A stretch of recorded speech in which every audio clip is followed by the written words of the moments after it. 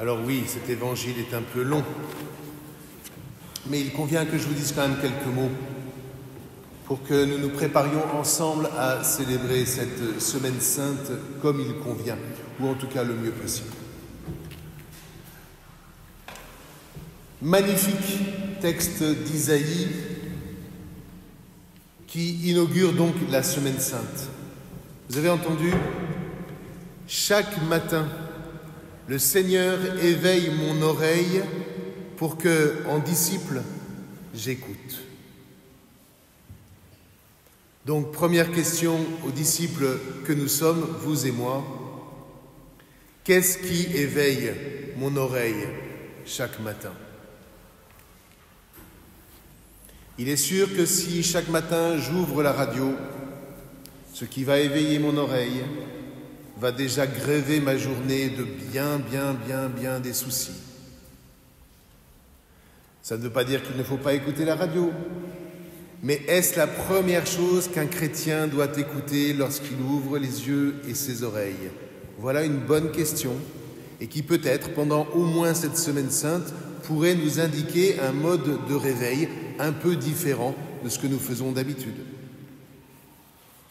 Maintenant, pourquoi ouvrir l'oreille ? Est-ce que c'est simplement pour aller bien ? Non. Il s'agit, frères et sœurs, de se laisser ouvrir les oreilles par le Seigneur pour nous tenir debout. Car enfin, cette parole qui nous est adressée, c'est une parole qui doit parler en nous. C'est une parole qui, si elle parle en moi, devient vivante. Et donc, vous voyez, deuxième question ce matin. Comment ai-je entendu l'Évangile qui était long ? Est-ce que je me suis ennuyé ? Ou est-ce que cet Évangile a été parlant pour moi ? Et si cet Évangile a été parlant pour moi, que m'a-t-il dit ? Que m'a dit et que me dit la passion de mon Seigneur ? Seigneur, comment m'as-tu ouvert l'oreille ? Maintenant, écoutons le psaume. Pourquoi tenir debout ? Et devant qui tenir debout ? Si on lit l'ensemble des psaumes, à un autre moment, on entend « Des ennemis cherchent ma perte, ils n'ont pas souci de moi ». Qu'est-ce que c'est que l'ennemi ? Aujourd'hui, j'ai l'impression que quand on est chrétien, on dit « Non, mais j'ai pas d'ennemis ». Et la question n'est pas de savoir si vous avez des ennemis. Les ennemis ne se présentent pas à vous, en général, quand ils arrivent. Nous avons des ennemis. Ce n'est pas de la paranoïa. Qu'est-ce que c'est qu'un ennemi ? Un ennemi, frères et sœurs, c'est l'anti-ami. L'ennemi, c'est celui qui refuse toute amitié et qui combat toute amitié avec le Christ. L'ennemi, c'est celui qui cherche à prendre ta vie, alors que l'ami, c'est celui qui te donne sa vie. Et c'est là que la passion nous révèle quelque chose d'essentiel. Dieu n'est pas notre ennemi. À quoi nous reconnaissons que nous avons un ami en Dieu, c'est qu'il donne sa vie. Et qu'il donne sa vie en héritage. Et s'il y a des ennemis de Dieu, eh bien, ça commence par nous-mêmes à travers ce qu'on appelle le péché. À travers tous les actes de convoitise dans lesquels nous tombons. Nous le faisons pour nous satisfaire nous-mêmes, parce que notre oreille n'a pas été éveillée par Dieu, en tout cas pas suffisamment. Et voyez comment Dieu est bon, parce que même si tu es un ennemi de Dieu par ton péché, tu peux toujours venir demander pardon. Et moi, je ne peux que vous encourager, frères et sœurs, cette semaine, alors demain soir, pour ceux qui travaillent, il y aura au moins 1 heure de confession, plus si nécessaire. Samedi matin, il y aura encore des confessions. Mais vraiment, présentons-nous le jour de Pâques comme des amis de Dieu. Et non pas comme des hommes et des femmes qui disent « Oh, allez, ça va, moi je l'aime bien le bon Dieu, c'est une bonne pâte. » Ça ne suffit pas, frères et sœurs, ça ne suffit pas. Ça suffit pour nous consoler, mais ça ne suffit pas pour nous mettre debout. Car si vraiment le Christ, vraiment, si Dieu n'était qu'une bonne pâte, il n'y aurait pas eu besoin de la croix encore. Il aurait simplement dit, oh, allez, c'est pas grave, on passe l'éponge. Mais non, c'est plus grave. Et c'est le signe d'une vie spirituelle endormie que de se dire, oh, mais dans le fond, tout va bien. Et donc la confession, vous voyez, c'est vraiment un lieu qui commence déjà par la confession d'une gratitude. Qu'est-ce que le Seigneur a fait pour moi? Pourquoi est-ce que je me retrouve là en train de mettre à jour ce qui ne me met pas en valeur et même me déclare comme un peu ennemi de Dieu, bien que je ne le veuille pas, mais malgré tout dans ce que je fais, je vois bien qu'il y a quelque chose qui ne va pas. Seigneur, qu'est-ce qui fait que je suis là? Je suis là parce que tu m'as aimé. Je suis là parce que ton amour, parce que ta parole éveille mon oreille. Et je te rends grâce. Et une fois que vous avez posé cet acte de gratitude, eh bien allez, hop. On dit les 2, 3 ou 4 choses dont on se dit, mais Seigneur, je le mets dans ta lumière plutôt que de te garder dans les ténèbres. Or, c'est précisément ça que Paul nous dit dans la 2e lecture que nous avons entendue. C'est tout à fait étonnant.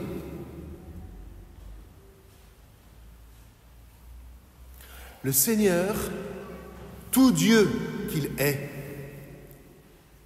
s'est vidé de sa divinité. Non pas qu'il n'était plus Dieu, mais il s'est vidé de cette altérité absolue pour venir jusqu'à nous. Mais ce n'est pas fini. Parce que non seulement il vient jusqu'à nous, mais par sa passion, frères et sœurs, il entre dans les enfers. Alors ce n'est pas en enfer, hein. L'enfer c'est autre chose, c'est avec le Satan, le démon, tout ce que vous voulez. Non, il rentre dans les enfers, c'est-à-dire au plus profond des ténèbres. Là où je me trouve chaque fois que je suis mort à moi-même. Or, le message qui nous est redit aujourd'hui, frères et sœurs, c'est quoi? C'est que ne t'en fais pas.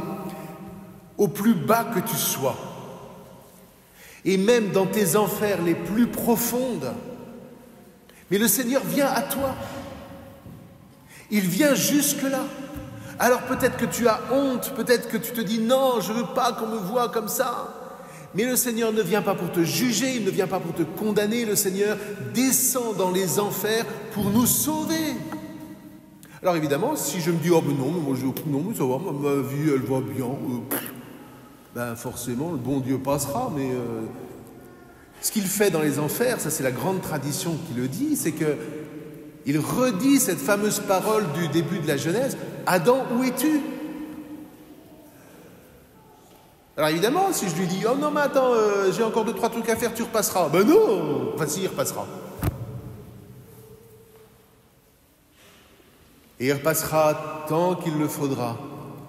Tant que mon orgueil fera que je dirai ne pas avoir besoin de lui, il repassera quand même. Non pas pour me harceler, mais pour être là au moment où enfin j'admettrai que je ne suis pas tout-puissant, que je ne suis pas celui que je donne à voir.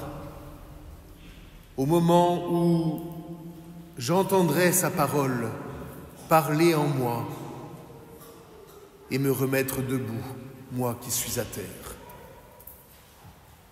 Et dans ce mystère, il n'y a aucun défaitisme, c'est bien le contraire.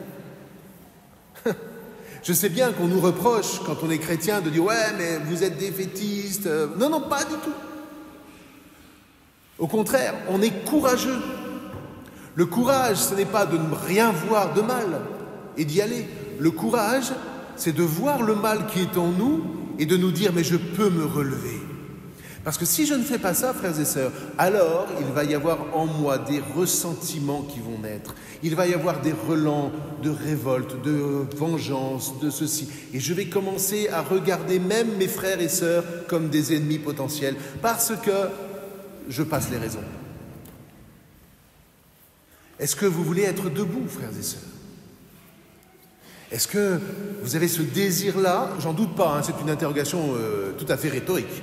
Hein, mais est-ce que vous avez en vous ce désir d'être debout et de faire naître en vous cette vie que nous recevons en héritage?